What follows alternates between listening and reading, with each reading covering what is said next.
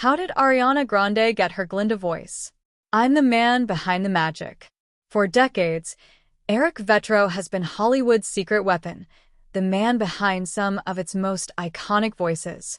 The Grammy-nominated vocal coach has guided everyone from Ariana Grande and John Legend to Timothée Chalamet and Reese Witherspoon, preparing them for the kinds of performances that define careers. If you've heard a show-stopping high note or a biopic singer who sounds impossibly authentic, chances are Vetro was in the room. But right now, his work is most visible in Wicked, For Good, the second installment of the blockbuster musical adaptation. Grande, a student he's worked with since she was a young teen, returns as Glinda, delivering the crystalline soprano and emotional precision that earned her an Oscar nomination. Her transformation into the good, which didn't happen overnight.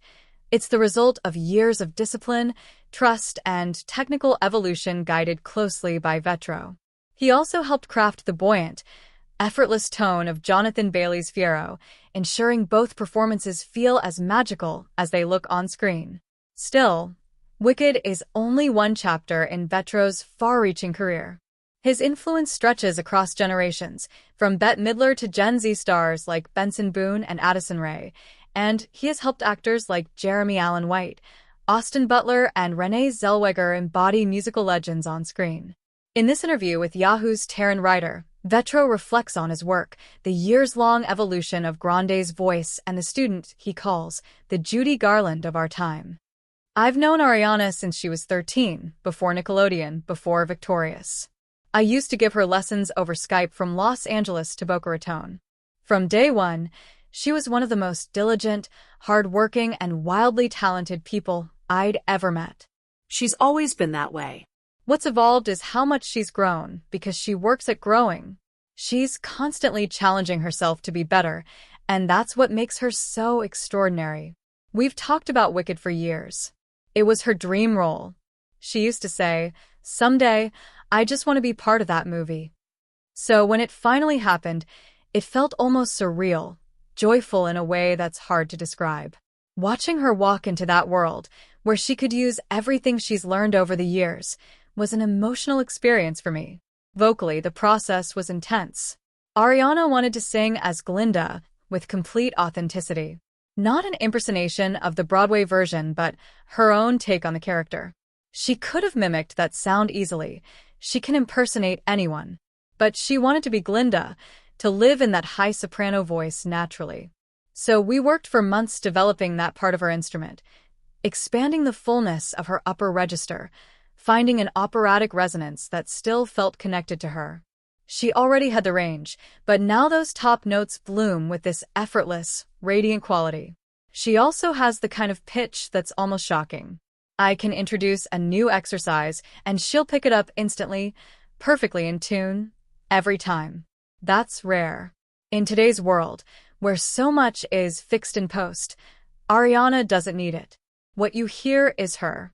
And she's fun, genuinely fun to work with. The most talented people usually are. They're smart, curious, creative, and have a great sense of humor. She brings that same energy to the room. She'd try popular in 20 different comedic styles, just so the director had choices. She wanted to be overprepared. People often talk about Ariana's real voice, and I always laugh a little. She has many voices, a deeper, sarcastic one, a higher speaking tone she uses to protect her chords and layers in between. When she was on Nickelodeon as Cat Valentine, the character voice wasn't easy on her vocal cords. I loved that character, but hearing her use her voice that way drove me crazy as her coach. I was very happy when that period ended. The first time I saw her as Glinda, especially her entrance in the bubble, hitting those big, glorious high notes, I had to hold back tears. In a private screening, I let myself cry, but at the premiere I was trying not to look like I'd been sobbing. It was just pure joy watching her live out that dream. Working with Jonathan Bailey was equally special, but in a very different way. He's so much more than sexiest man alive. He's intelligent, thoughtful, funny, and deeply compassionate, the kind of person who cares about the world and the people in it. Because he was splitting time between Bridgerton and Fellow Travelers, our focus was on keeping his voice healthy and effortless for Dancing Through Life. That song can't sound strained, Fiero starts the story as someone light and carefree, and his singing has to reflect that. We worked on making his sound as easy and natural as possible, so he could dance, move, and sing all at once without losing that charm. He brought a beautiful complexity to the role that I can't wait for audiences to see in part 2. When actors like Jeremy Allen White, Timothée Chalamet, or Austin Butler come to me for singing roles, we start from zero, just as students. First, they learn their own voice, how to breathe, how to place sound, how to trust what they hear. Only then do we start shaping the character's voice: Bruce Springsteen, Bob Dylan, Elvis. My philosophy is simple. No one wants to see an impersonation. The goal is to capture the essence of that person so fully that audiences forget they're watching Jeremy or Timothée at all. I'll never forget the day Jeremy sang "I'm on Fire." His posture shifted, his face changed, and suddenly I got chills. He was Bruce in that moment. Those are the moments you chase as a teacher. Whether it's Jeremy or Ariana, Bet or Renee, the common denominator is work ethic. The artists who last are the ones who stay open, keep learning, and practice relentlessly. They may get insecure like anyone else, but instead of spiraling, they ask, "Show me how to fix it." That's what separates the greats from the rest. With social media stars like Addison Rae, it's similar.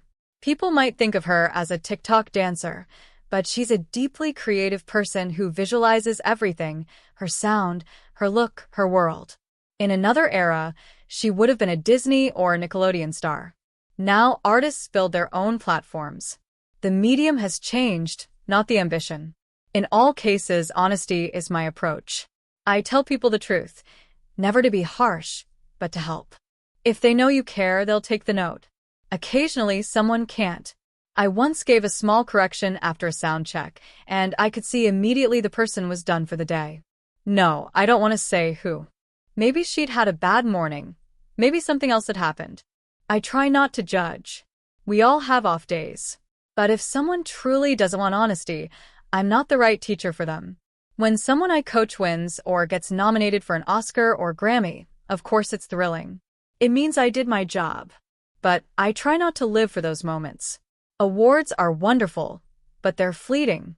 Only one person wins. Many deserve it.